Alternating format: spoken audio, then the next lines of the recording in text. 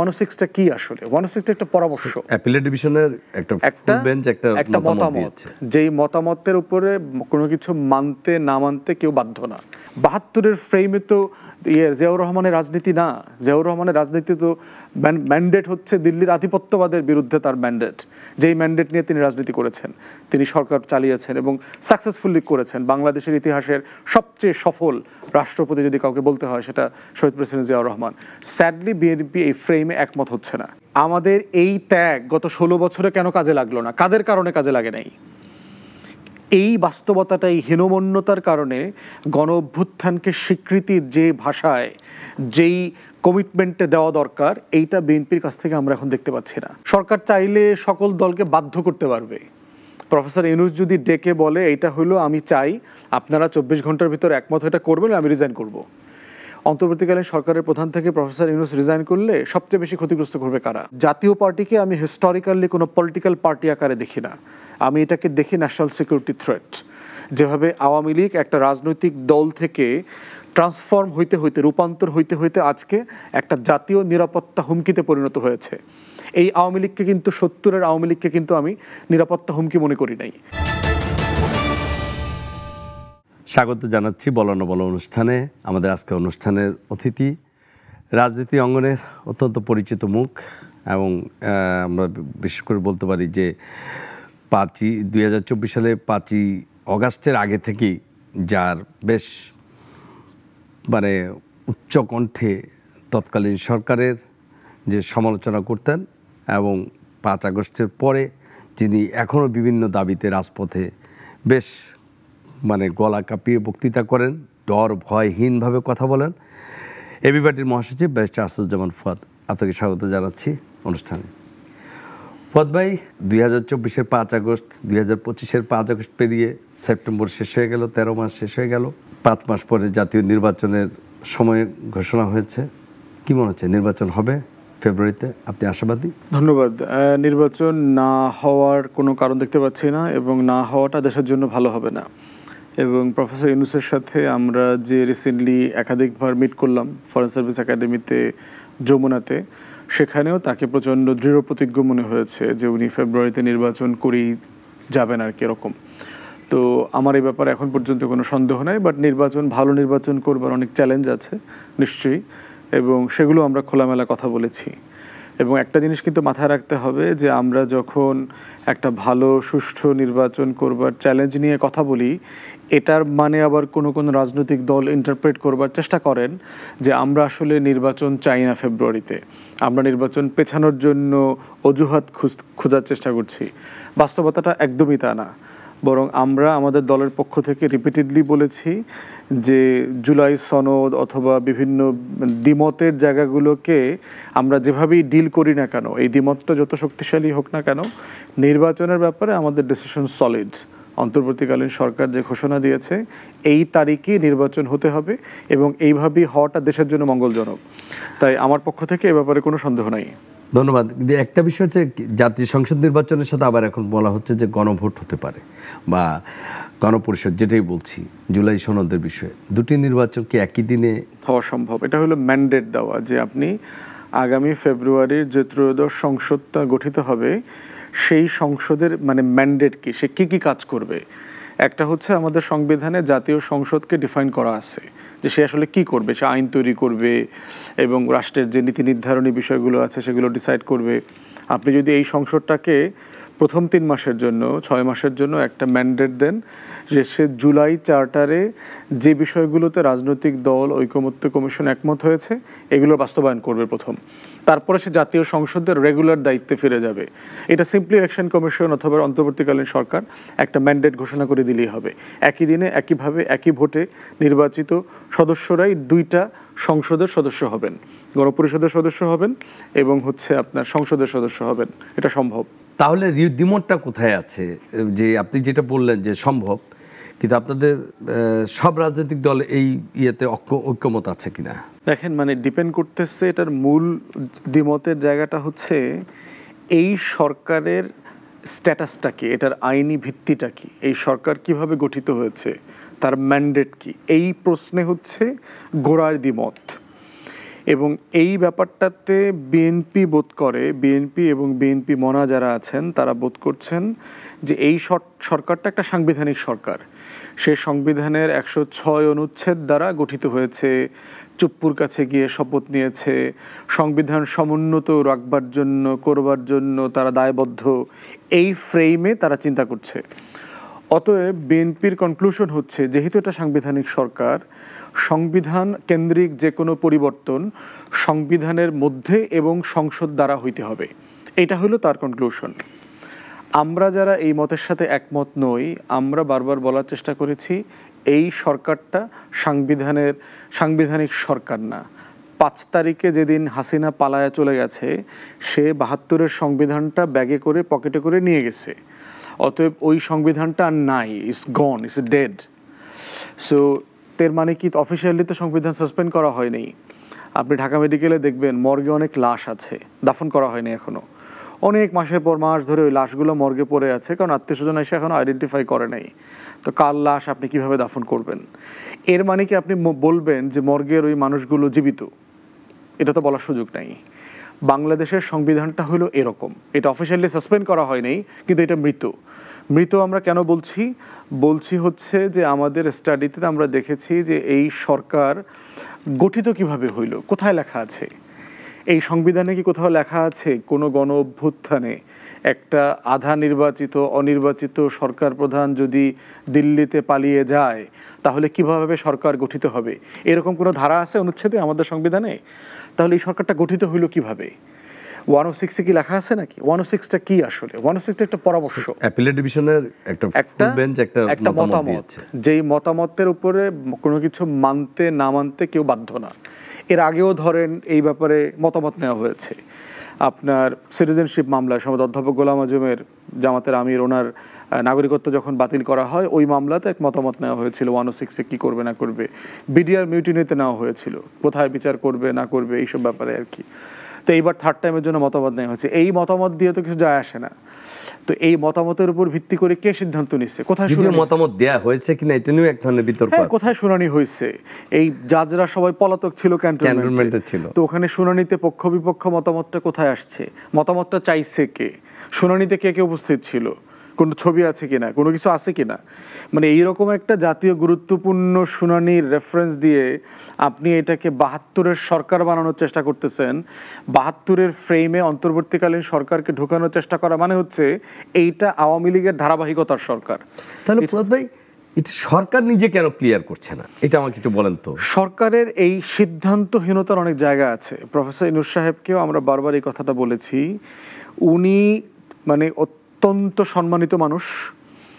উনি বোধ করেন যে আমরা ভদ্রভাবে চা কফি খেতে খেতেই তো বিষয়গুলো আলাপ করে শেষ করে ফেলতে পারি, কিন্তু উনি তো রাজনীতি করেন নাই। রাজনীতি করা শুরু করছিলেন, করার পরে উনি বুঝতে পারছেন যে বাঙালি কী জাতের জিনিস।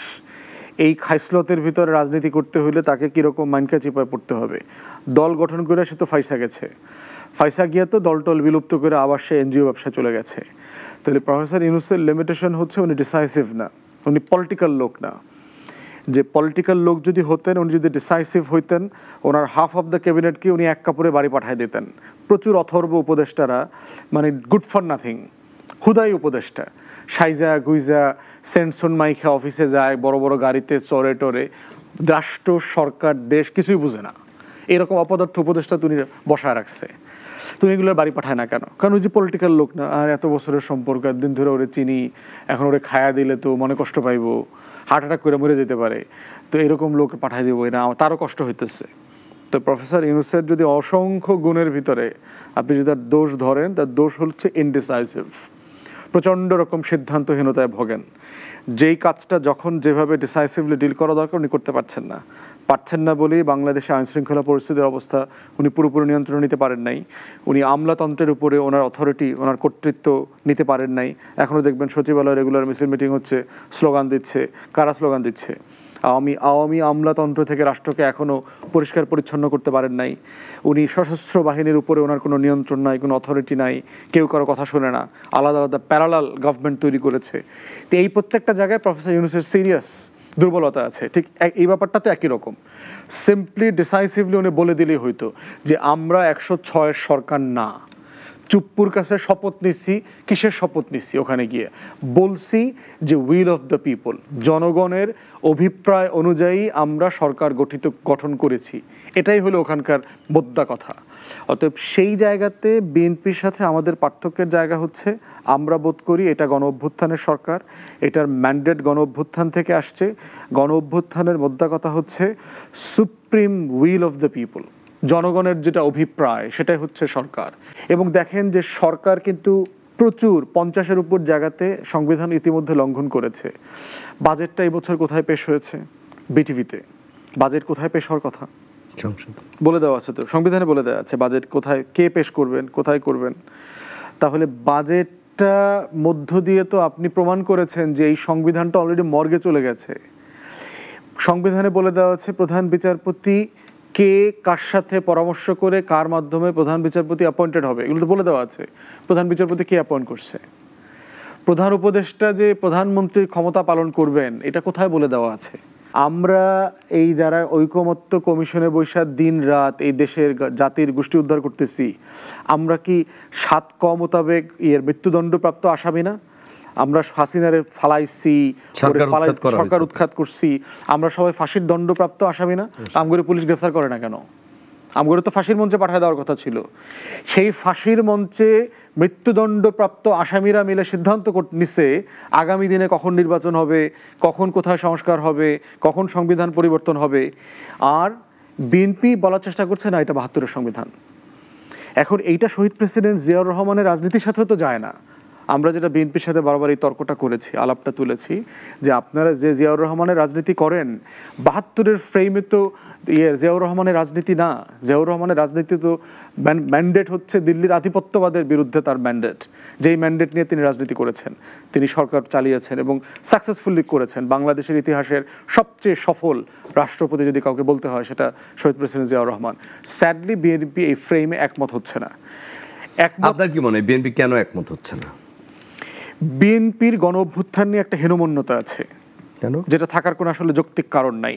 বিএনপি তো সবচেয়ে বেনিফিশিয়ারি যদি বলি, হ্যাঁ বিএনপি সার্টেনলি। আওয়ামী লীগেরও আছে একই রকম, দেখবেন আওয়ামী লীগ কিন্তু মুক্তিযুদ্ধ নিয়ে একটা হীনমন্যতা আছে। হ্যাঁ সেটা ছিল, কিন্তু আওয়ামী লীগ এখন নাই। হ্যাঁ ওইটা একই রকম। এক্সাম্পলটা বলছি হিস্ট্রি থেকে, সমস্যাটা কোথায় দেখেন। আওয়ামী লীগ মুক্তিযুদ্ধ নিয়ে কান্নাকাটি করে প্রচুর, দেখবেন আমার 30 লক্ষ লোক মারা গেছে, 2 লক্ষ মা বোন এটা হয়েছে। পৃথিবীতে কোনো বিজয়ী জাতি বিজয়ের পরে যুদ্ধ নিয়ে কান্নাকাটি করে এরকম কোনো ঘটনা আমি হিস্ট্রিতে পড়ি নাই। কিন্তু গণ অভ্যুত্থানে 1400 প্রাণ যখন হারিয়েছে এটা নিয়ে তো আমরা কান্নাকাটি করছি না। কান্নাকাটি হচ্ছে আমরা বিজয়ী হয়ে কান্নাকাটি করছি না। কান্নাকাটি হচ্ছে যে আপনি দিনরাত এটা নিয়ে কান্নাকাটি করি না তো, এটা আমার প্রাইড। এখন আওয়ামী লীগ কেন মুক্তিযুদ্ধ নিয়ে কান্নাকাটি করতো? শেখ মুজিবকে যদি আপনি শুধু তাজউদ্দিন আহমেদের ডায়েরি পড়েন, তখনকার বিভিন্ন লেখা পড়েন, 32 নম্বরে খাইতে গেছে তাজউদ্দিন আহমেদ সহ শেখ মুজিবের ফ্যামিলি লোকজন রান্নাবান্না করছে, খাচ্ছে। তো সেখানে বলতেছে, মুজিব ভাই আপনি তো আসলে অনেকদিন হয়ে গেল, আপনাকে তো যুদ্ধের গল্পটা বলা হইলো না, আমরা আসলে কি করলাম। আপনি একদিন চলেন, মেহেরপুরে চলেন, সেই বৈদ্যনাথ তলায় আপনাকে ঘুরায় ঘুরায় দেখাবো যে আমরা ওই পার থেকে পালায় আসছি, এখানে একটা মঞ্চ বানাইলাম, স্বাধীনতার ঘোষণাপত্র দিলাম। তো শেখ মুজিব খাইতেছে, ঢোকর গিলতেছে, বলতেছে আর এগুলো জানি এগুলো আবার তোর কাছ থেকে আবার নতুন করে কি শিখতে হবে আর কি। তাহলে দেখবেন যে তাজউদ্দিন আহমেদরা বহুবার চেষ্টা করছে শেখ মুজিবকে যুদ্ধের গল্পটা বলার জন্য। শেখ মুজিব ন্যূনতম কোনো আগ্রহ দেখায় নাই যে এই মুক্তিযুদ্ধটা, এই যে একটা অসাধারণ একটা লড়াই এই জাতি যে করলো, কিভাবে করলো, এটা কিভাবে অর্গানাইজ করলো, এখানে ওসমানী কি রোলটা প্লে করলো, তাজউদ্দিন আহমেদ কি করেছে, কিভাবে পালায়া গেল, কিভাবে প্রবাসী সরকার গঠিত হয়েছে। আপনি যে কথাটা বলছিলেন যে বিএনপি এবং আওয়ামী লীগের মধ্যে এই জায়গায় 72-এর সংবিধান নিয়ে দুজনেরই এক ধরনের একটা অন্তর্মিল আপনি দেখেন বা সাদৃশ্য দেখেন। গত 15 বছরে মানে বিএনপি তো আওয়ামী লীগ দ্বারাই সবচাইতে বেশি নিপীড়িত হয়েছে। বিএনপি সংবিধানের কথা বলছে, সংবিধানে হাত দিতে গেলে সংসদে সিদ্ধান্ত নিতে হবে, এর বাইরে তারা সব কিছুতে একমত হচ্ছে। তারা নিম্নকক্ষে পিআরের বিষয়ে একমত না, উচ্চকক্ষ পিআরের বিষয়ে তারা একমত না। এখন কয়েকটা দল আন্দোলন শুরু করেছে। আন্দোলনে যাওয়ার আগে আমরা শুনেছিলাম যে দলগুলোর কথা, আপনার দল সহ, এনসিপি সহ।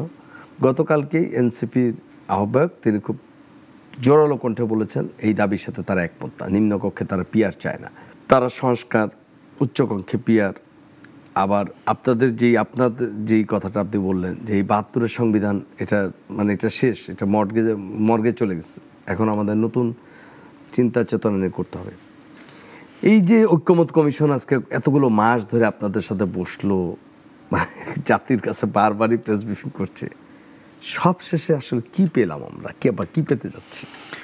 অনেক পাওনা আছে, ওইটা একটু আলোচনা করবো। আগে যেটা বলছিলাম আর কি, যে ওই যে মানে বিএনপি কেন এই বিষয়গুলোতে একমত হচ্ছে না, সনদ বাস্তবায়নের পদ্ধতি নিয়ে, এর যে হীনমন্যতার কথাটা বলছি, মুক্তিযুদ্ধে শেখ মুজিব এবং আওয়ামী লীগের এই যে পলাতক অংশ, তারা যারা ভালোতে পালিয়ে গেছে, ওখানে 9 মাস আরামে আয়েশ করছে, মস্ত মাস্তি করছে, এরা কিন্তু যুদ্ধ নিয়ে একটা হীনমন্যতা ছিল ওরা, কারণ এরা যুদ্ধ করে নাই। শেখ হাসিনা এইখানে 32 নম্বরে ওনারা ছিলেন না, পুরো পরিবার নিয়ে ভাতা দিচ্ছে না পাকিস্তান সরকার তাকে প্রোটোকল দিচ্ছে না, ট্রিটমেন্ট দিচ্ছে না, সিএমএইচে জয়ের জন্ম হয়েছে না, ওখানে সব কিছু হয়েছে, কিন্তু যেটা হয় নাই সেটা হচ্ছে শেখ মুজিবের সশরীরে ফিজিক্যাল লিডারশিপে যুদ্ধ হয় নাই। এবং এই হীনমন্যতা থেকে শেখ হাসিনা কোনো দিন এবং আওয়ামী লীগ কখনো বের হয়ে আসতে পারে নাই। এই জন্য ৭১-এর আওয়ামী লীগের যে অংশটা যুদ্ধে নেতৃত্ব দিয়েছে, সেই অংশটাকে কিন্তু সবসময় সাইডলাইন করে রেখেছে। দেখবেন তাজউদ্দিন আহমেদ, তার পরিবার, এবং এই ব্যাপারটা কিন্তু তারা বারবার দাবি দেওয়া করেছে যে আমরা পাঠ্যপুস্তকে তার অবদানের ব্যাপারগুলো নিয়ে কথা বলতে চাই। ঠিক একই ব্যাপারে দেখবেন যে বিএনপি গত 16 বছরে ফ্যাসিবাদী শাসনের সবচেয়ে বেশি মজলুম। বিএনপির হাজার হাজার নেতাকর্মী এই আন্দোলনে শহীদ হয়েছে, জীবন দিছে, মিথ্যা মামলার শিকার হয়েছে, মানে অবর্ণনীয়। এই লেভেলের স্যাক্রিফাইস বাংলাদেশে কোনো রাজনৈতিক দল করে নাই, বিএনপি যেটা করেছে অসাধারণ। এবং এই বাস্তবতায়ও তারেক রহমানের লিডারশিপ সশরীরে নাই, উনি দেশের বাইরে থাকতে বাধ্য হচ্ছেন। বেগম জিয়ার উপরে যে পরিমাণ জুলুম করা হয়েছে, তাকে এক কাপড়ে তার বাসা থেকে বের করে দেওয়া হয়েছে, জেলে যেতে হয়েছে একটা তুচ্ছ জিনিস নিয়ে। তো সেই বাস্তবতায় দলটা ভাঙে নাই। তাহলে বিএনপি নেতাকর্মীদের যে অবদান, তার যে স্যাক্রিফাইস, পুরোটা কিন্তু আমাদেরকে অনবোর্ড মাথায় রাখতে হবে। কিন্তু 36 দিনের আন্দোলনটা বিএনপির নেতৃত্বে হয় নাই। বিএনপির এই লম্বা লড়াইতে তার অংশগ্রহণ ছিল, তার শত শত হাজার হাজার মানুষ জীবন দিয়েছেন, শহীদ হয়েছেন, কিন্তু 36 দিনের আন্দোলনটা তার নেতৃত্বে হয়নি, তার অংশগ্রহণ ছিল। এইটা তার লিডারশিপের এক অংশের ভিতরে কারো ভিতরে একটা হীনমন্যতার জন্ম দিয়েছে। এবং এই হীনমন্যতাটা আমরা ওইভাবে দেখতে পাচ্ছি, শেখ মুজিব, শেখ হাসিনা, আওয়ামী পরিবারের মধ্যে যে হীনমন্যতা, দেশ স্বাধীন হয়ে গেল কিন্তু আমার নেতৃত্বে হয় নাই, আমি ছিলাম না, তাজউদ্দিন আহমেদের নেতৃত্ব হয়েছে। ভাই দেশটা তো স্বাধীন হয়েছে, মানে আমাদের জায়গা কোনটা? যে ভাই যার নেতৃত্বে হয়েছে, ফ্যাসিবাদ মুক্ত তো হয়েছে বাংলাদেশটা, সবাই মিলেই হয়েছে, কারো অবদান কম বেশি। এবং এটা আমি প্রায় ফুটবলের এক্সাম্পলটা দেই, দেখবেন যে ম্যানচেস্টার ইউনাইটেড অথবা আর্সেনাল খেলতেছে, 87 মিনিট ধরে খেলতেছে, কিন্তু গোল দিতে পারতেছে না। একটা সাবস্টিটিউট প্লেয়ার নামলো 88 মিনিটে, দেখা গেল 89 89.5 মিনিটে গিয়ে সে গোল দিয়ে দিচ্ছে। এখন দিন শেষে টিমের অন্য 10 জন যদি বোধ করে যে আমরা এতক্ষণ ধরে দৌড়াইলাম, তো কী লাভ হইলো? আর এই বেচারা নতুন এসে যদি মনে করে যে আমি 1.5 মিনিট খেলেই তো মিয়া গোল দিয়ে দিছি, তোমরা একদিন ধরে কি করলা? এই অবদানের একটা লড়াই আছে, যে এক অংশ তরুণরা মনে করতে পারে যে ভাই আপনারা 16 বছর ধরে তো আওয়ামী লীগের সাথে কুসুম প্রতিবাদ কইরা, ঢাকা ক্লাব, গুলশান ক্লাবে লেনদেন কইরা, আওয়ামী লীগের সাথে ডিল কইরা, ব্যাংক, ব্যবসা বাণিজ্য সবই তো করছেন, সবই চালাইছেন, আপনাদের আন্দোলন সবকিছু লিক আউট করে দিতেন। স্ট্যান্ডিং কমিটির মিটিংয়ে আপনার খালেদা জিয়া বলছে না মোবাইল বাইরে রেখে আসেন, মানে কাউকে ট্রাস্ট করা যাইতো না। তথ্য এরকম ইনফরমেশন দেখলাম, জামাত বলছে খালেদা জিয়ার বাড়ির সামনে যখন বালুর ট্রাক ফালানো হয়েছে, তারা প্রতিবাদ করবে, তারা মাঠে নামবে, বালুর ট্রাক সরাবে। এবং শিবিরের ছেলেরা মিছিল করছে, গুলিতে কিন্তু শিবিরের 1-2টা ছেলে মারাও গেছে ওই দিনকার। বিএনপি নেতাকর্মীরা থেকেও মারা যায়নি। তাহলে জামাত তো চাইছে যে আন্দোলন করে আমরা খালেদা জিয়াকে মুক্ত করে ফেলি, কিন্তু বিএনপির অনেক নেতার কারণে এটা সম্ভব হয় নাই। এটা কি তারেক রহমান জানে না? জানে তো। কারা কারা তার দলের ভিতর থেকে দলকে খায়া দিচ্ছে এবং এখনও খেয়ে দিচ্ছে। এসালমের টাকা তো শুধু হাসিনার পকেটে যাইতেছে ব্যাপারটা তা না তো। এসালমের টাকা বাংলাদেশে বহু রাজনৈতিক দলের, ইসলামিক, বর্তমান, বড় দল, ছোট দল, ডাইন বাম, মহাসমাবেশ, ব্যবসা বাণিজ্য, সব জায়গায় এসালমের টাকা আছে। এগুলো আমরা টের পাইতেছি, আমরা জানি এগুলো কার পকেটে কত টাকা যাইতেছে। অতএব সেই জায়গায় বিএনপি এই গণ অভ্যুত্থানে কে কেন্দ্র করে তার অনেক নেতার ভিতরে একটা হীনমন্যতা আছে, এবং এইটা দলের সিনিয়র নেতারা, পার্টিকুলারলি বেগম জিয়া এবং তারেক রহমান যেমন জানে, দলের ভিতরের যারা ত্যাগী নেতাকর্মী লাখে লাখে তারাও জানে যে আমাদের এই ত্যাগ গত 16 বছরে কেন কাজে লাগলো না, কাদের কারণে কাজে লাগে নাই। এই বাস্তবতাটা, এই হীনমন্যতার কারণে গণ অভ্যুত্থানকে স্বীকৃতির যে ভাষায়, যেই কমিটমেন্টে দেওয়া দরকার, এইটা বিএনপির কাছ থেকে আমরা এখন দেখতে পাচ্ছি না। এই জন্য দেখবেন জুলাই ঘোষণাপত্রে অপ্রয়োজনীয় প্রচুর পুরাতন কথা বলা হয়েছে। সেই ৭৫ পরবর্তী নভেম্বর মাস, জিয়াউর রহমানের সিপাহী ভাই, জিয়াউর রহমানের কোনো কাগজে লেখা আপনি তার দাম শোধ করতে পারবেন না। শহীদ প্রেসিডেন্ট জিয়াউর রহমান এই দেশের জন্য যা করে গেছে, কোনো কাগজে লেখা থাক বা না থাক কিছুই যাবে আসবে না। হাসিনা তারা নাই করে দিতে চাইছে না, কি হয়েছে? শহীদ প্রেসিডেন্ট জিয়াউর রহমান তার কাজের কারণেই অমর হয়ে আছেন এবং থাকবেন, কেউ সরাইতে পারবে না। জুলাই ঘোষণাপত্রে এক লাইন লেখা না থাকলেও কিছু যায় আসতো না, কিন্তু এটা করে যেটা বলা হচ্ছে তার হীনমন্যতার প্রকাশ আমরা দেখতে পাচ্ছি। বিএনপি বারবার ৭২-এর সংবিধানের ফ্রেমে ঢুকে যেতে চায়, তাহলে আওয়ামী লীগের সাথে তার পার্থক্য রইল কোথায়? শহীদ প্রেসিডেন্টের রাজনীতির সাথে তার পার্থক্যটা রইল কোথায়? এই জন্য আমরা বারবার বলছি যে আপনি কেন এখানে একমত হইতে পারছেন না? এটা তো আপনার সংস্কারের যে রূপরেখা, এর ভিতরেই তো আমরা এই আলোচনাগুলো করছি, এবং বিএনপিকে বাদ দিয়েও কেউ করবার চিন্তা করছে না। তো সেইখানে আমরা আহ্বান করছি যে বিএনপির কে এই লিডারশিপটা তাকে দিতে হবে, এটা সবাই তার কাছে প্রত্যাশা করে। দেশের সবচেয়ে বড় জাতীয় দল, আমরা এটা প্রত্যাশা করছি এবং এটাও ওনাদেরকে বলছি যে ইতিহাস থেকে শিক্ষা নেন। সময়কে যদি সময়ের ভাষায় অ্যাড্রেস না করেন, সময় তার নিজ গুণে নিজ ভাষায় প্রতিশোধ নেবে। এরকম বহু ঘটনা আমাদের আছে। অতএব আমরা বোধ করছি যে এখনো এই দূরত্বটা খুব বেশি দূর যায় নাই, সংকটটা এত বড় হয় নাই যেটা আলোচনা করে আমরা সমাধান করতে পারবো না, এবং বিএনপি চাইলেই এটা সমাধান করে ফেলা সম্ভব। আপনাদের এই আলোচনা তো দীর্ঘদিন থেকে চলছে, আবার এক্সটেনশন করা হলো ঐক্যমত্য কমিশনের।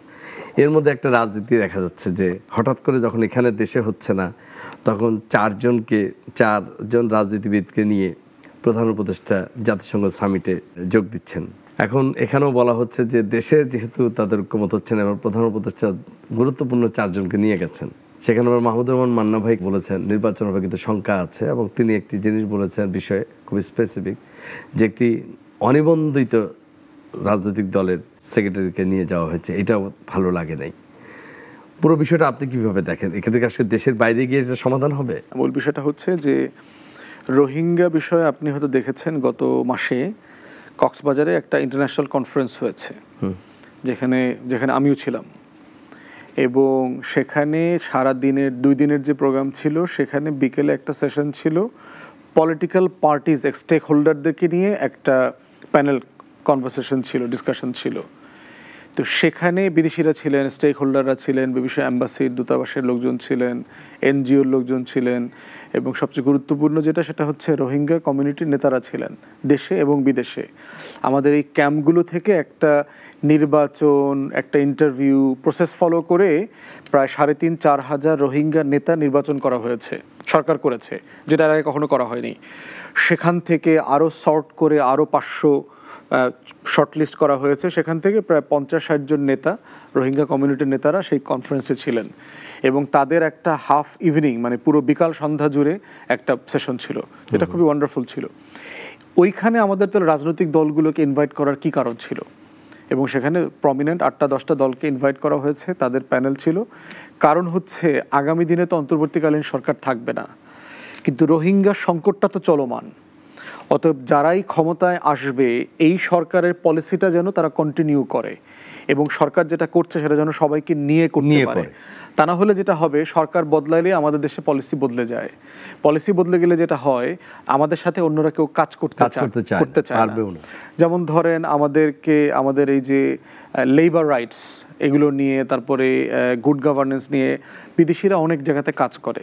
আমাকে একজন অ্যাম্বাসেডর বলল এখানে বিদেশি, যে একটা বাংলাদেশ সরকারের একটা মিনিস্ট্রিতে একটা কমিটি করা আছে, প্রত্যেক 3 মাস 6 মাস পর পরে ওই কমিটিতে নতুন লোক আসে, নতুন এডিশনাল সেক্রেটারি আসে, নতুন ডেপুটি সেক্রেটারি আসে, নতুন জয়েন্ট সেক্রেটারি আসে, বারবার তাদেরকে। তাহলে এখন ডিপ্লোম্যাটরা যারা কাজ করতেছে বলে যে আমরাই গিয়া তাল মিলাইতে পারছি না, প্রতি 6 মাস পরে আমাকে আবার নতুন করে শুরু করতে হয়, এবং যে চলে যাচ্ছে অথবা যারা নতুন আসতেছে তারা বাংলাদেশের সোনার বাংলার আমলা, লেখাপড়া নাই, কোনো কিছু ফরমেশন নাই, আগের কোনো ফলো আপ লেখাপড়া করে আসেন না, আবার মিটিংগুলো পিছায়া যায়, আবার এইরকম নতুন করে শুরু থেকে শুরু করতে হয়। তো সেটা যেন না হয়। এবং এই 30 তারিখে নিউ ইয়র্কে আপনার জাতিসংঘের আমন্ত্রণে একটা ইন্টারন্যাশনাল কনফারেন্স হবে রোহিঙ্গাদেরকে নিয়ে।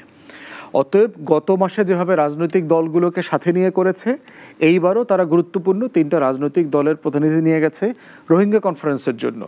তো রোহিঙ্গা কনফারেন্সে যেন ইন্টারন্যাশনাল পলিসির ফলো আপটা থাকে, আসলে বিষয় হচ্ছে এটা হলো মূল বিষয়। এখন এর মানে এটা না যে সেখানে কোনো রাজনৈতিক বিষয় আলোচনা হবে না, হলে তো ভালো। তো আমি তো এটা পজিটিভলি দেখি।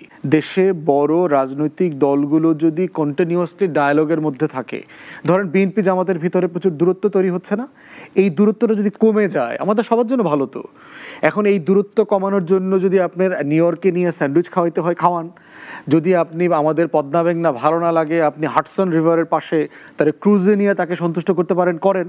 আপনার যদি মনে হয় যে বাংলাদেশের আকাশ, পূর্ণিমার চাঁদ, তারা, সূর্য ভালো লাগতেছে না, নিউ ইয়র্কে নিয়ে আপনি ঠান্ডা খাওয়ায় নিয়ে আসেন, যে কোনো ফর্মে, মানে দূরত্ব গোছানোটা সবার জন্য ভালো। আমরা রাজনৈতিক প্রতিপক্ষ, আমাদের ভিন্ন মত আছে, আমরা সবাই সবার সমালোচনা করব, বাট সম্মান, মর্যাদা, প্রতিপক্ষতা এই জায়গাতে যেন কোনোভাবে আমাদের ব্যাকরণে ঘাটতি না হয়।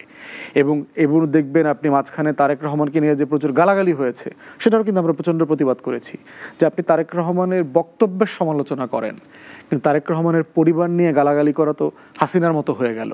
এইটা তো কাম্য হতে পারে না। তো এই জন্য এই যাওয়াটাকে আমরা ওয়েলকাম করি। এই যাওয়াটার যেন সর্বোচ্চ বেনিফিট দেশের কাজে লাগে, রাষ্ট্রের কাজে লাগে, আগামী দিনের জন্য কাজে লাগে, সেইটা আমরা আশা করছি। এই যে ঐক্যমত, এত কমিশন এতদিন ধরে একটা লম্বা সময় আপনাদের সাথে বসলো, সব কিছু মিলিয়ে হলো, তারপরও হয়েও যেন শেষ হচ্ছে না কোথাও। রাজনৈতিক দলগুলোর প্রত্যেকে তার নিজস্ব এজেন্ডা নিয়ে আসছে, তারা আসলে আমরা জাতি কি পাবে বা কি পাচ্ছে? আসলে একটা বিষয় মাথায় রাখতে হবে যে আপনার ঐকমত্য কমিশনে কিন্তু আলাদিনের চেরাগ নাই, যে ওখানে আমি সব বিবাদমান পক্ষগুলোকে নিয়ে বসায় দিলাম, ওই হুজুরের একটা ফু দিয়ে দিলাম, মন্ত্র পড়ে দিলাম, আর সব সাডেনলি এরকম হয়ে যাবে। বাস্তবতাটা এরকম না।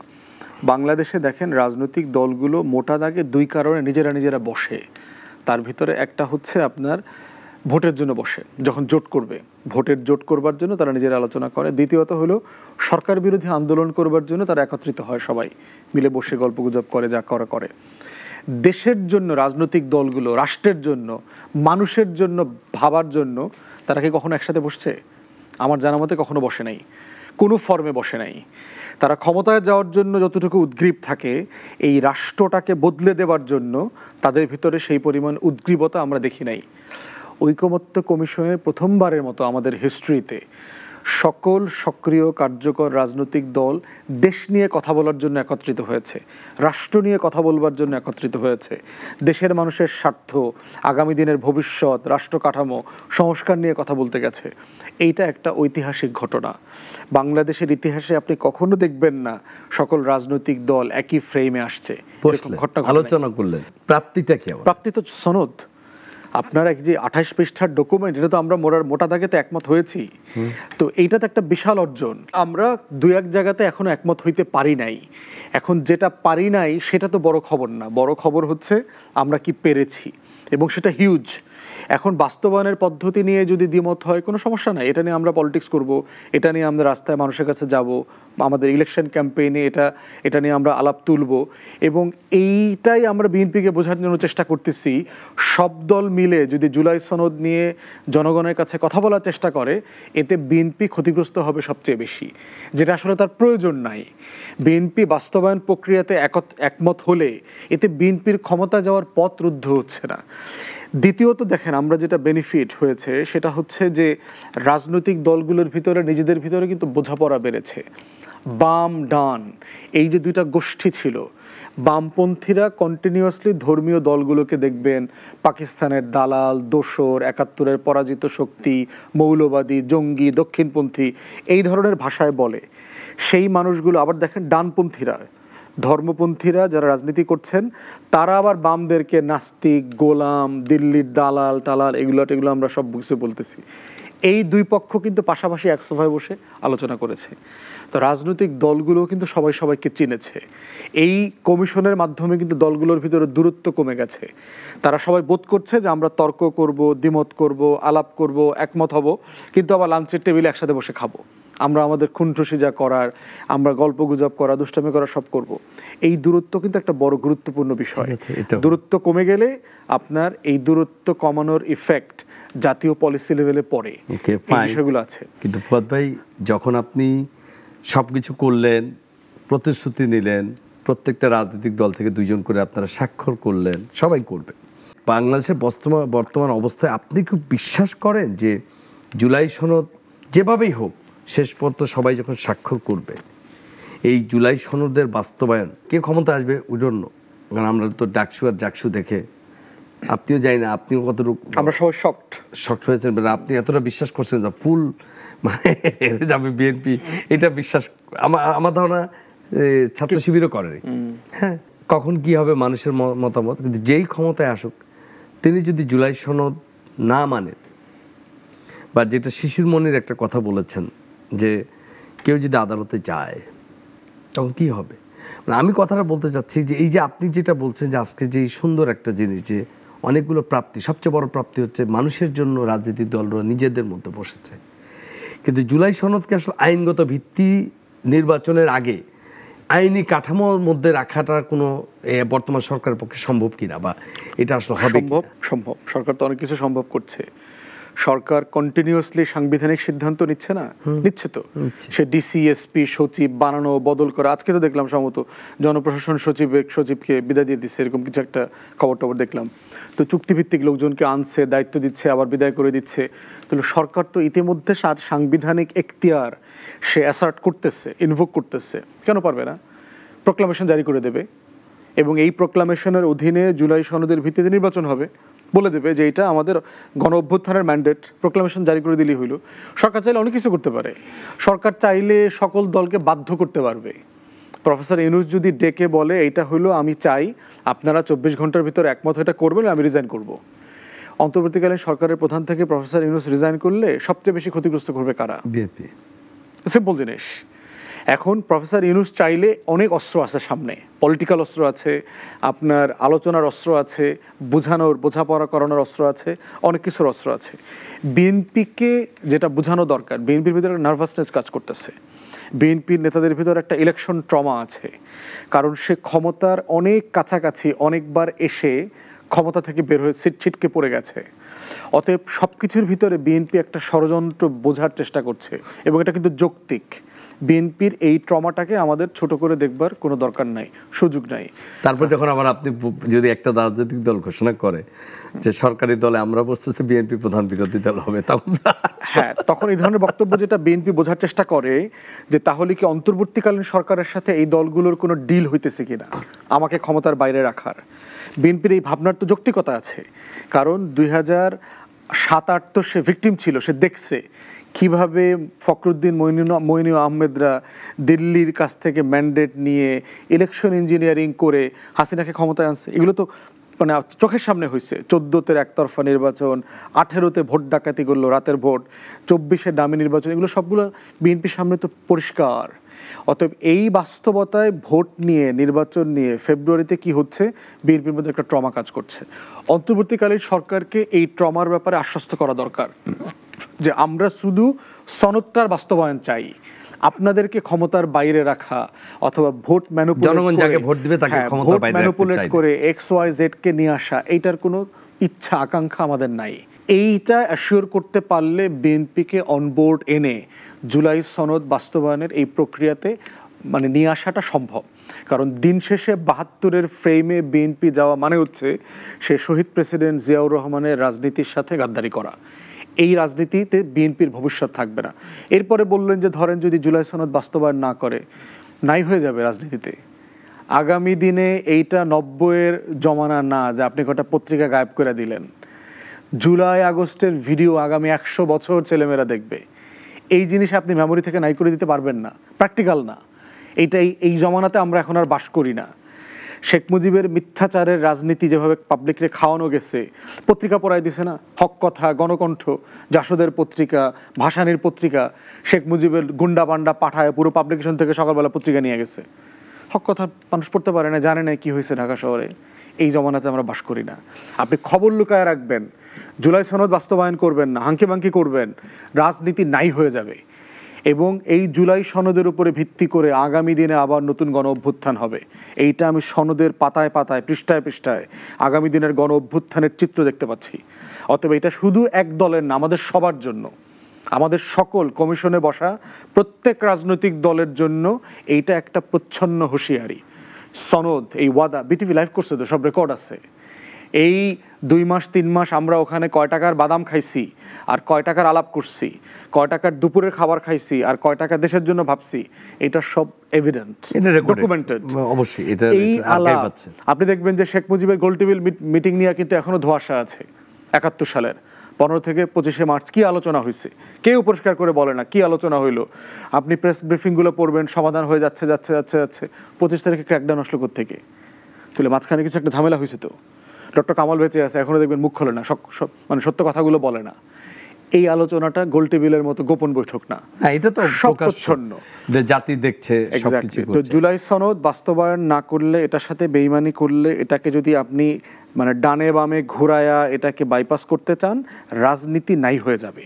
70-এর অনুচ্ছেদ তো একমত হয়েছেন আপনারা যে একমাত্র অর্থ বিল এবং আস্থা ভোট ছাড়া কোনো সংসদ সদস্য তার দলের সিদ্ধান্ত মানতে বাধ্য নয়, সে তার স্বাধীন মতামত ব্যক্ত। বিএনপির আরো 2টা এক্সট্রা পয়েন্ট আছে। হ্যাঁ, বিএনপির 2টা এক্সট্রা পয়েন্ট আছে, তারা নো ডিসেন্ট দিয়েছে, সেটা আমি জানি। কিন্তু আপাতত এইটাই, এটার ব্যাপারে সবাই একমত।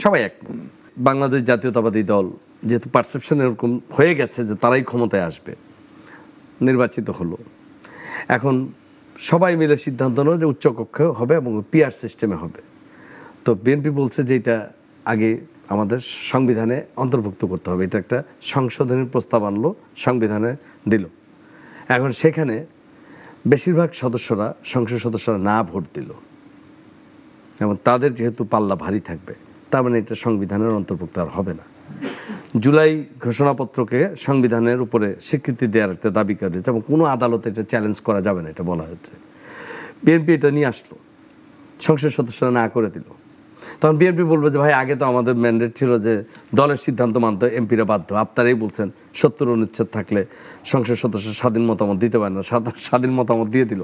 আমি বলছি খুব স্পেসিফিক জানতে চাই, এই জুলাই সনদ নিয়ে কি আপনি কখনো রাজনীতি হতে দেখবে, মানে আশঙ্কা করেন কিনা যে এই জুলাই সনদটা একটা রাজনীতির অংশ হয়ে যাবে? নিশ্চিত, জুলাই সনদ নিয়ে তো অলরেডি রাজনীতি হচ্ছেই। আপনি জোটের আর প্রশ্ন করলেন না, ইতিমধ্যে 3-4টা 7টা দল কর্মসূচি দিয়ে রাস্তায় নেমেছে না? তাহলে জুলাই সনদের রাজনীতি তো অলরেডি শুরু হয়ে গেছে এবং ইলেকশন যত কাছে আসবে জুলাই সনদের রাজনীতি একটা এন্টি বিএনপি পলিটিক্সের দিকে টার্ন করবে, এটা আমি দেখতে পাচ্ছি। কালেকটিভলি সবাই, কমিশনের একটা বিশাল অংশ এন্টি বিএনপি বলয়ে চলে যাবে এবং সেখানে আওয়ামী লীগও মদত দেবে অনেক জায়গাতে, এবং এটা আমাদের জন্য ভয়ঙ্কর, আমাদের জন্য ক্ষতিকর। কারণ 94, 95, 96-তে আমরা দেখেছি বিএনপি এবং বিএনপি মনা জামাত অন্যান্য দল যদি আলাদা হয়, মুখোমুখি হয়, তাহলে দেশের কি ক্ষতি হইতে পারে। কিভাবে খাল কেটে সবাই মিলে কুমির নিয়ে আসছে, আওয়ামী লীগকে 21 বছর পরে ক্ষমতায় পুনর্বাসন করেছে, এগুলো তো আমরা দেখেছি। এটা খুবই ভয়ঙ্কর এবং এইটা শুধুমাত্র আওয়ামী লীগ আসার ভয় না, এটা বিএনপির রাজনীতির জন্য হুমকি।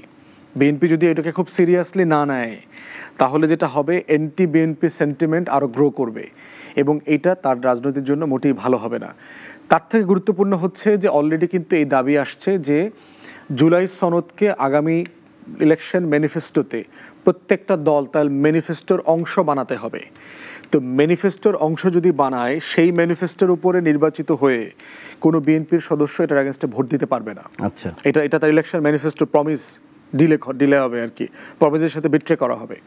তার থেকে গুরুত্বপূর্ণ হচ্ছে যেটা আপনি পয়েন্ট ধরেছেন, যে বিষয়ে আমরা সবাই একমত হয়ে গেছি, সেটা 2026 সাল থেকে বাস্তবায়ন হবে না কেন? 25 সাল থেকেই হবে, 26 সাল থেকে। ধরেন সংসদ তো হচ্ছে না, 70, ধরেন 70 বাস্তবায়ন করতে তো সংসদ লাগবে, তাহলে এটা আমি 2031-এর সংসদে কেন বাস্তবায়ন করব? যে বিষয়ে আমরা সবাই একমত হয়ে গেছি, ধরেন প্রাইম মিনিস্টারের টার্ম 10 বছর একমত হয়েছি, দলের প্রধান এবং প্রধানমন্ত্রী এক লোক হতে পারবে না একমত হয়েছি, সাংবিধানিক পোস্টগুলো এককভাবে হতে পারবে না, দিতে পারবে না, এই দুদকে কিভাবে অ্যাপয়েন্টমেন্ট হবে অথবা নির্বাচন কমিশনে কিভাবে অ্যাপয়েন্টমেন্ট হবে, কেয়ারটেকার সরকার কিভাবে গঠিত হবে, সব একমত হয়ে গেছি। সেটা 2031 সাল থেকে বাস্তবায়ন হবে কেন? সেটা এখন বাস্তবায়ন হবে না কেন? মেয়েদের আসন যদি আমরা বাড়াই সংখ্যাটা, সেটা এই 2026-এর সংসদ থেকে বাড়বে না কেন? তাহলে আমাদের প্রশ্ন তো এই যৌক্তিক জায়গাগুলোতে ভাই, যেখানে আমরা সবাই একমত হয়ে গেছি, সেটাকে আপনি 26-এর সংসদে নিয়ে টেনে এর পরের 2 বছরের ভিতরে বাস্তবায়ন করবেন, এই আলোচনাতে কেন যাবেন আপনি? মানে কেন আপনি বলতেছেন হ্যাঁ সংবিধান নাই, এটা তো সংবিধান পরিবর্তন করতে হবে। আরে ভাই, সংবিধানের দোহাই দিচ্ছেন, তাহলে নির্বাচন আপনি ফেব্রুয়ারিতে চান কেন?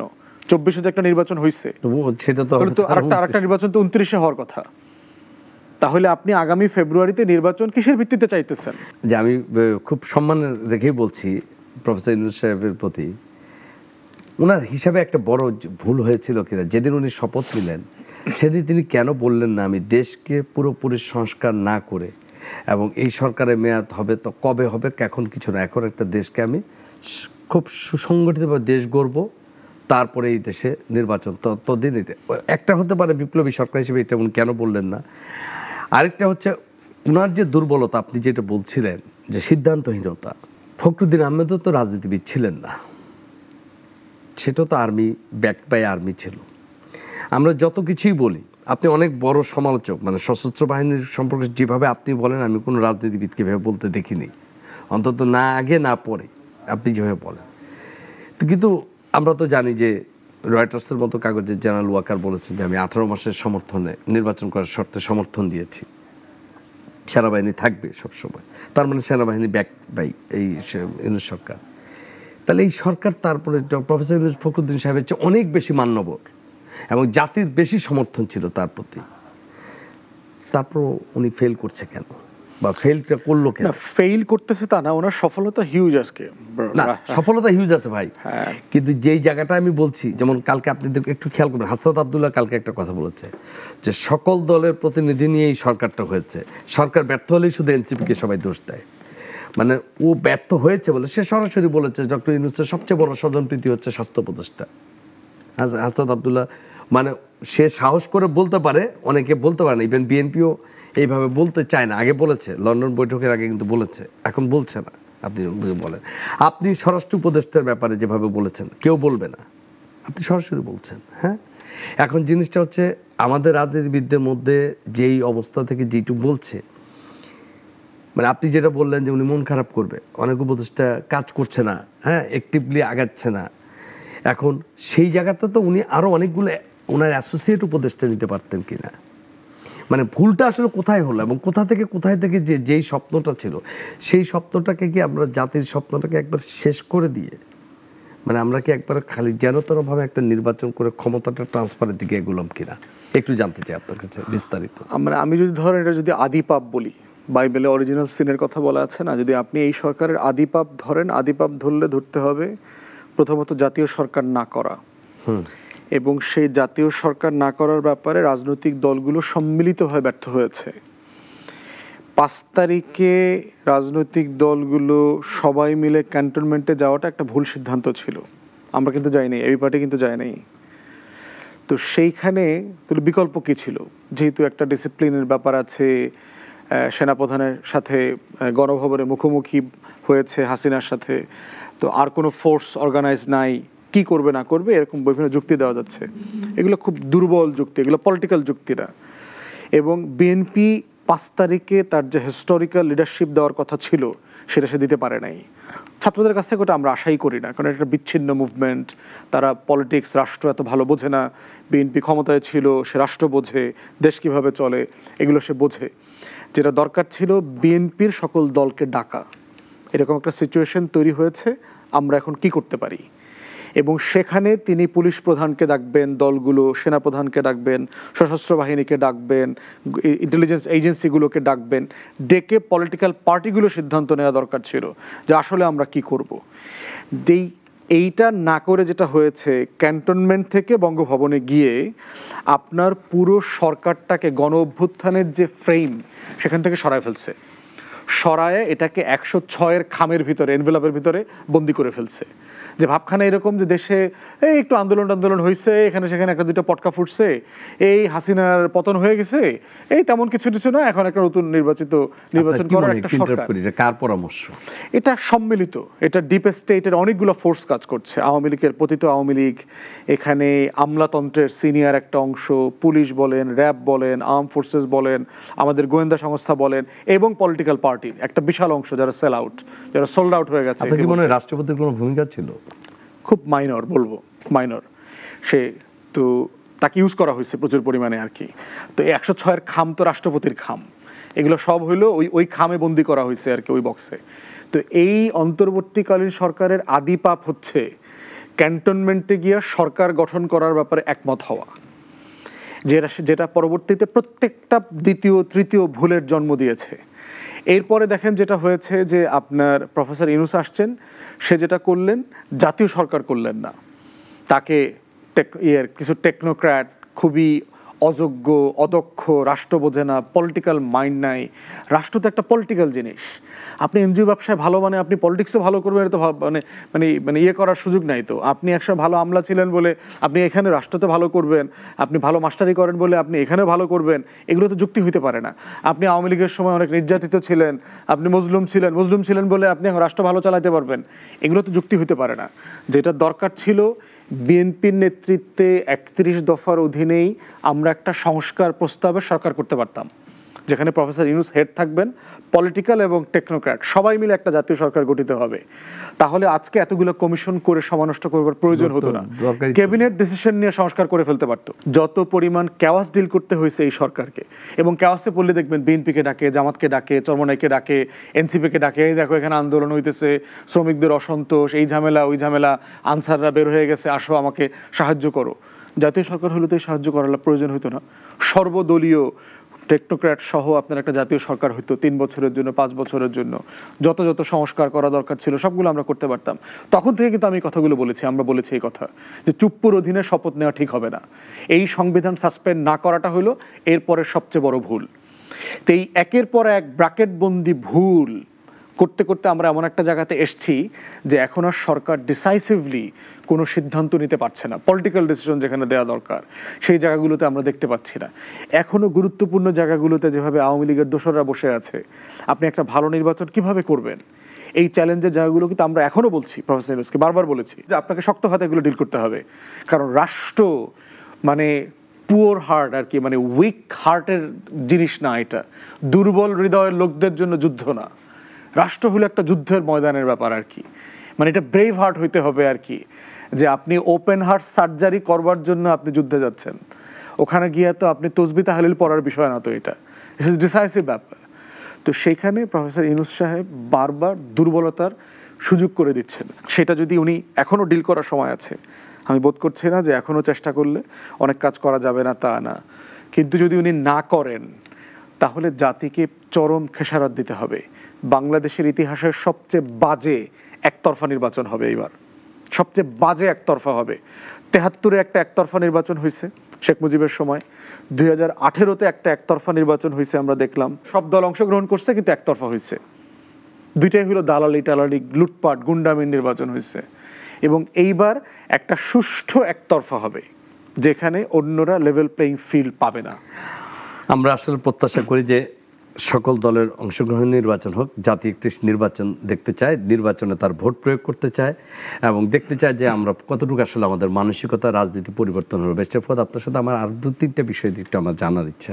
একটা বিষয় হচ্ছে আপনি 2008-এর যে নির্বাচনটি হয়েছিল 111-এর গভর্নমেন্টকে, এই নির্বাচনটাকে আপনি পচা নির্বাচন কেন বলেন? কারণ আমি অ্যাজ এ ফিল্ড রিপোর্টার আমি যত জায়গায় ঘুরেছি নির্বাচনের দিন এবং নির্বাচনের এই কাভার করেছি, আমি দেখেছি স্বতঃস্ফূর্ত মানুষের অংশগ্রহণ ছিল, মানে ভোটদানে।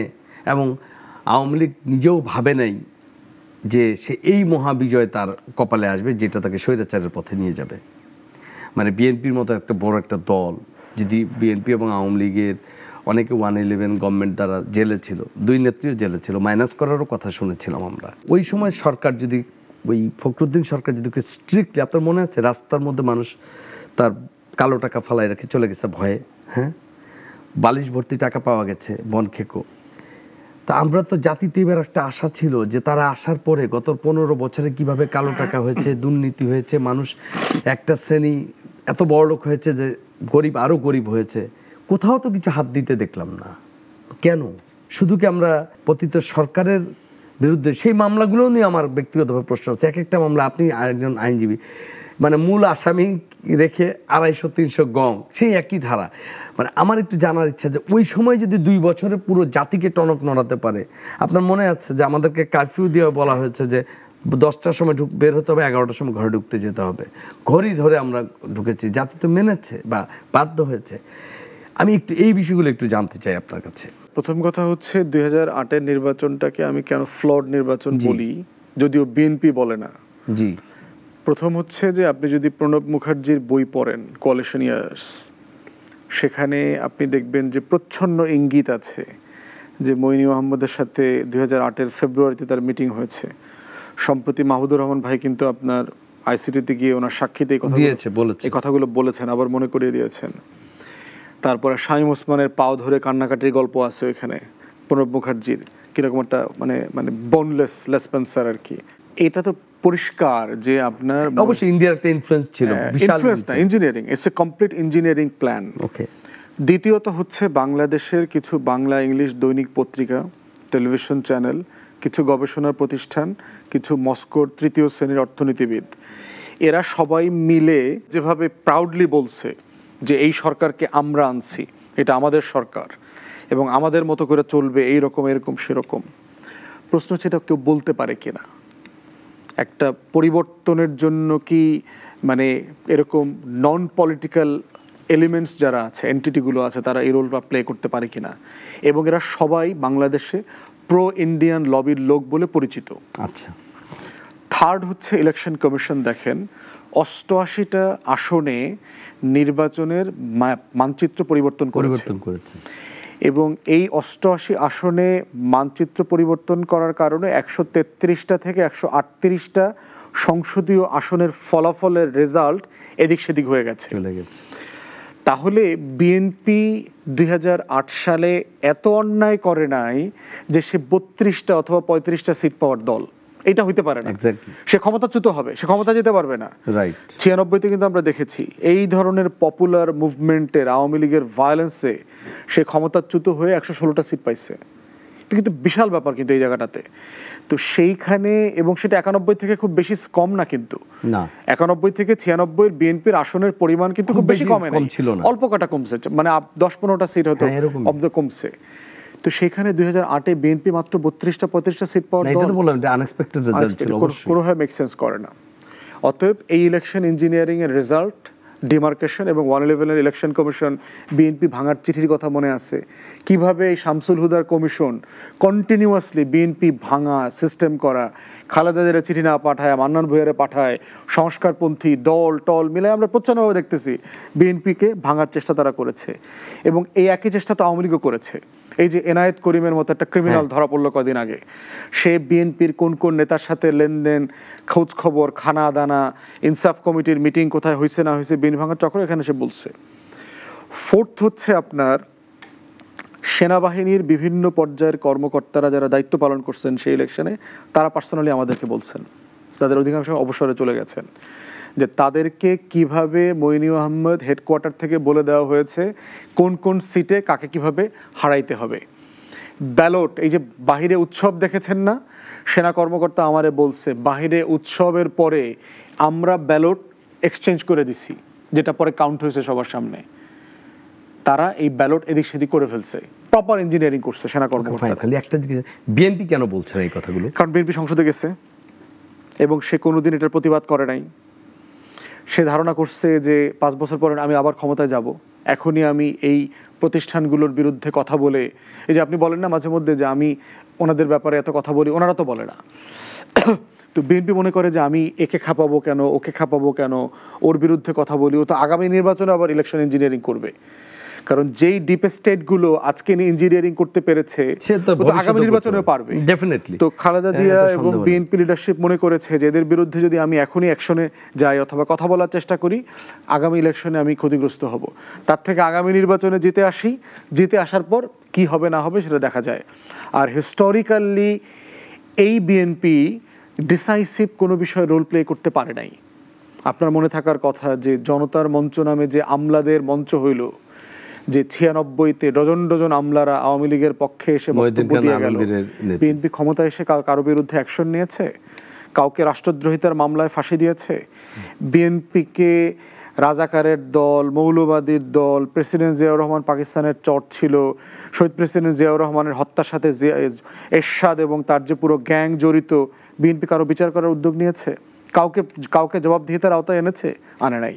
অতএব বিএনপি এই বয়ানের পলিটিক্স, এই ন্যায্যতার রাজনীতিতে বারবারই পিছনে ছিল, যেটা প্রেসিডেন্ট জিয়াউর রহমানের ডিসাইসিভনেসটা ছিল, এই ডিসাইসিভনেস এই বিএনপি থেকে আমরা দেখি নাই।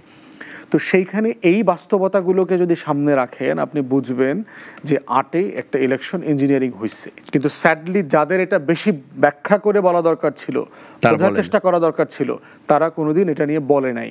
শুধু তাই না, 2018-র নির্বাচন নিয়েও বিএনপির যেরকম সিস্টেম্যাটিক ফ্রডের বক্তব্য আসা দরকার ছিল, জাতি আশা করেছিল, সেটা তারা বলে নাই। এবং 2018-র নির্বাচন নিয়ে একটা ভালো গবেষণা লিখেছেন ঢাকা বিশ্ববিদ্যালয়ের সাবেক শিক্ষক প্রফেসর ওয়ারিসুল করিম বুলবুল, তিনি নর্থ সাউথের প্রফেসর। অ্যামাজন থেকে বইটা প্রকাশিত হয়েছে, আপনার অ্যামাজনে অ্যাভেলেবল আর কি বইটা। এবং ইটস ব্রিলিয়ান্ট বুক, যে কীভাবে একটা অর্কেস্ট্রেটেড সিস্টেম্যাটিক ফ্রড 18-র নির্বাচনে করেছে আওয়ামী লীগ, এটা তখন দেখানো হয়েছে। সেইটা একটা বাস্তবতা। এরপর হচ্ছে আপনি যেটা বললেন যে তাহলে আমরা 111-এর সময় অনেক কিছু করা গেছে, এখন করা গেল না কেন? দেখেন, 111 পর্যন্ত কিন্তু রাষ্ট্রের ইনস্টিটিউশন এরকম ব্রেকডাউন করে নাই। আমার পুলিশ বলেন, আমার প্রশাসন বলেন, আমার আর্ম ফোর্সেস বলেন, এটা এত নষ্ট হয় নাই। হাসিনার 16 বছরে যা নষ্ট হয়ে গেছে, হাসিনা 16 বছরে এমন একটা জায়গায় রাষ্ট্রকে রেখে গেছে যেই রাষ্ট্রে সিম্পলি ঘুণ পোকায় সব খেয়ে ফেলছে, কিচ্ছু নাই। এই রাষ্ট্রে শুধু ফ্যাকেড আছে, ফাসাদ আছে আর কি, আবরণ আছে। আপনার এই রাষ্ট্রের প্রত্যেকটা ইনস্টিটিউশন ব্রেকডাউন করছে। আমি আপনার সাথে একমত। তাহলে আপনি আমাকে বলেন, 5 মাস পর নির্বাচনে যে দলটা ক্ষমতায় আসবে সে ওভারনাইট কিভাবে এটা সামাল করবে, কিভাবে তার পুলিশ রিফর্ম করবে, কিভাবে আইন শৃঙ্খলা পরিস্থিতি? একই তো অবস্থা, সেটা সিরিয়াস চ্যালেঞ্জ আছে এখন তো অনেক। তার আর যে রাজনৈতিক দলগুলো আসবে ক্ষমতায় আসার আগেই কিছু কিছু রাজনৈতিক দলের নেতাদের নামে যে বা স্থানীয় নেতাদের নামে যে চাঁদাবাজি, হাটবাজি, নদী দখল, গরুর হাট দখল, কোনো কিছু বাকি রাখে নেই, টেম্পো স্ট্যান্ড দখল, সবই তো হচ্ছে। আলটিমেটলি তখন এটা কিভাবে নিয়ন্ত্রণ করবে? প্রশাসন তো আরও তার সেবক হয়ে যাবে। সার্টেনলি এই চ্যালেঞ্জ তো আছে। এবং শুধু তো আর পরের চ্যালেঞ্জের কথা বললেন, অন্তর্বর্তীকালীন সরকারই তো with all the good faith, শতভাগ আন্তরিকতার পরেও তারাই তো এইটা ডিল করতে পারছে না, তারা ফেল করতেছে অনেক জায়গাগুলোতে। এবং এইটা আগামী সরকারের জন্য তো সবচেয়ে বড় চ্যালেঞ্জ হবে। আগামী সরকারের জন্য যেটা ভালো দিক হয়েছে, অ্যাটলিস্ট অর্থনীতিটাকে একটা ট্র্যাকে উঠাই দিয়ে গেছে, একটা জায়গায় করে দিয়েছে। এটা একটা বিশাল জায়গা, তা না হলে তো দেশে গৃহযুদ্ধ লেগে যেত। এবং দেশে আপনার আওয়ামী বিরোধী সেন্টিমেন্ট যেটা আছে, এটা কিন্তু গৃহযুদ্ধে টার্ন করতে পারতো। এটা কিন্তু এই সরকারের কারণে এটা হয় নাই। অতএব বিচারের প্রক্রিয়াটা স্বচ্ছভাবে চলছে এবং প্রশাসনের যে ন্যূনতম সংস্কার কোথায় করতে হবে এতটুকু জায়গাগুলো আইডেন্টিফাই হয়ে গেছে। এখন আগামী সরকার যদি আন্তরিক হয়, সিরিয়াস হয়, তাহলে কাজগুলো করতে পারবে, কারণ তারা জানে কোথায় কোথায় কাজ করতে হবে। আর যদি নিজের আখের গোছাতে চায় তাহলে হয়তো সেই জুলাই সনদের ভিত্তিতে আবার নতুন গণ অভ্যুত্থান হবে। জাতীয় পার্টির ইস্যুটা আসলে কি দাঁড়াচ্ছে? দেখেন, জাতীয় পার্টি আসলে কোনো রাজনৈতিক দল না। এটা হিস্টোরিক্যালি দেখেন জাতীয় পার্টিটা আসলে কেন তৈরি হয়েছে। 75 পরবর্তী রিয়েলিটিতে ভারতকে বিবেচনায় নিতে হয়েছে যে আমার সবচেয়ে বিশ্বস্ত পোষ্য যারা আছে, এই পোষা প্রাণীগুলোকে আমি আবার কিভাবে ফিরিয়ে নিয়ে আসবো, যাকে আমি অনেক বছর ধরে লালন পালন করে বড় করেছি। অতএব সেই জায়গায় তার হাতে অপশন হচ্ছে জিয়াউর রহমানের সাথে ডিল করে ফার্স্ট হ্যান্ড অ্যাটলিস্ট শেখ হাসিনাকে দেশে পাঠানোর একটা বন্দোবস্ত করা। এটা ছিল ফার্স্ট ডিল। এবং জিয়াউর রহমানের বিনিময়ে কী দিয়েছে এবং কী পেয়েছে, যে ভারত সীমান্তকে অস্থির করে রেখেছিল। এই কাদের সিদ্দিকের কাদেরিয়া বাহিনীর গুন্ডামি মিলায়া ভারতের অস্ত্র, সৈন্য, সীমান্তে খুন, আমাদের সিপাহী জওয়ানদেরকে খুন করে অস্থির করে ফেলেছিল। তো এর ভিতর থেকে একটা ডিল করলো যে আমরা এটা হাসিনাকে ফেরত নিয়ে নির্বাচন করতে দেন আওয়ামী লীগকে, আর হচ্ছে যে আমরা এই ঝামেলাগুলো আমরা দেখবো আর কি, এগুলো আমরা নিয়ন্ত্রণ করবো আর কি। তো শহীদ প্রেসিডেন্ট গুড ফেইথ এটা বিশ্বাস করেছেন যে এটা ওনার জীবনের সবচেয়ে অন্যতম বড় ভুল আমি মনে করি আর কি, শেখ হাসিনাকে ফেরত আনা এবং 4 টুকরা হয়ে যাওয়া আওয়ামী লীগকে আবার নির্বাচন করতে দেওয়া, এবং 4 টুকরা থেকে কিন্তু এমপি হয়েছে। এই 4 টুকরা এমপি হয়ে 81-তে কাউন্সিলে গিয়ে হাসিনা আপনার সভানেত্রী হয়ে গেল। যদিও একটা আন্ডার ডিল ছিল যে হাসিনা আর রাজনীতি করবে না, দল করবে না, অন্যরা রাজনীতি করবে, দল করবে। কিন্তু আওয়ামী লীগ পরবর্তীতে তাদের কাউন্সিলে মানে প্রচুর ঝামেলা হয়ে গেছে। ডক্টর কামাল ডিসিশন নিলেন যে হাসিনাকে না আনলে দল আর থাকবে না আর কি। তো সেটা অন্য আলোচনা, সেই জায়গাতে হয়ে গেল। এরপরে হচ্ছে এরশাদকে সেনাপ্রধান বানানো, এটা শহীদ প্রেসিডেন্ট জিয়াউর রহমানের আরেকটা বড় রাজনৈতিক ভুল। এবং এই এরশাদ ভারতের সাথে মিলে, হাসিনার সাথে মিলে শুধু শহীদ প্রেসিডেন্টকে খুন করেন নাই, শুধু হত্যা করেন নাই, তার রাজনীতির বিপক্ষে নতুন একটা রাজনীতি তৈরি করেছেন, যেটা ঐতিহাসিকভাবে ইন্ডিয়ার বি টিম আকারে কাজ করেছে। অতএব জাতীয় পার্টিকে আমি হিস্টোরিক্যালি কোনো পলিটিক্যাল পার্টি আকারে দেখি না, আমি এটাকে দেখি ন্যাশনাল সিকিউরিটি থ্রেট। যেভাবে আওয়ামী লীগ একটা রাজনৈতিক দল থেকে ট্রান্সফর্ম হইতে হইতে, রূপান্তর হইতে হইতে আজকে একটা জাতীয় নিরাপত্তা হুমকিতে পরিণত হয়েছে।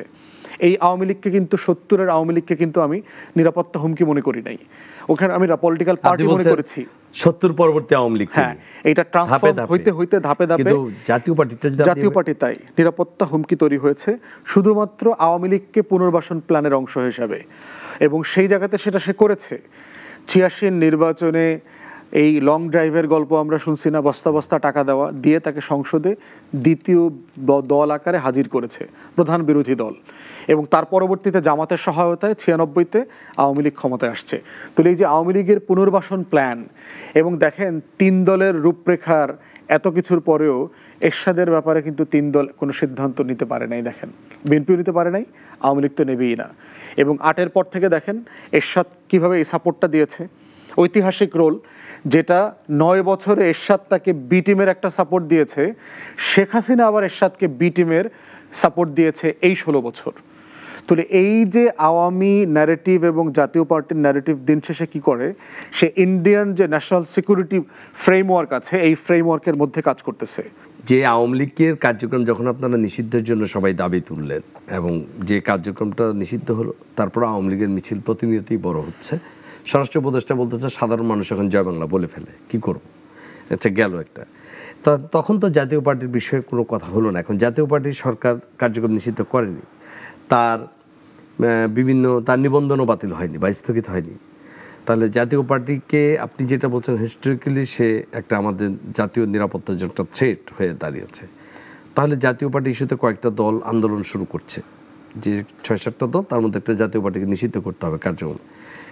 পক্ষান্তর একটা কথা যে জাতীয় পার্টি নির্বাচন করলে জাতীয় পার্টির 300 আসনেই ভোট হবে, এবং তার যে আওয়ামী লীগের যে ভোট, এটা নিঃসন্দেহভাবে যে আওয়ামী লীগের যে ভোট আছে যদি এখনও 15 বা 20% থাকে, তার 95% বা 90% ভোট জাতীয় পার্টি পেয়ে গেলে তারাই প্রধান বিরোধী দল হবে। এই কারণে তাকে ঠেকানোর চিন্তা করা হচ্ছে।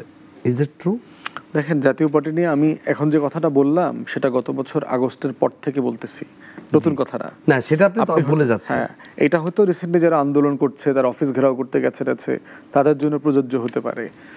আমার পজিশন শুরু থেকে একই রকম ছিল যে আওয়ামী লীগ যেই অপরাধে দুষ্ট, যেই অপরাধের কারণে তার রাজনীতি নির্বাচন করবার অধিকার নাই, থাকতে পারে না, ঠিক একই অপরাধে জাতীয় পার্টি এবং 14 দলের ক্ষেত্রে প্রযোজ্য।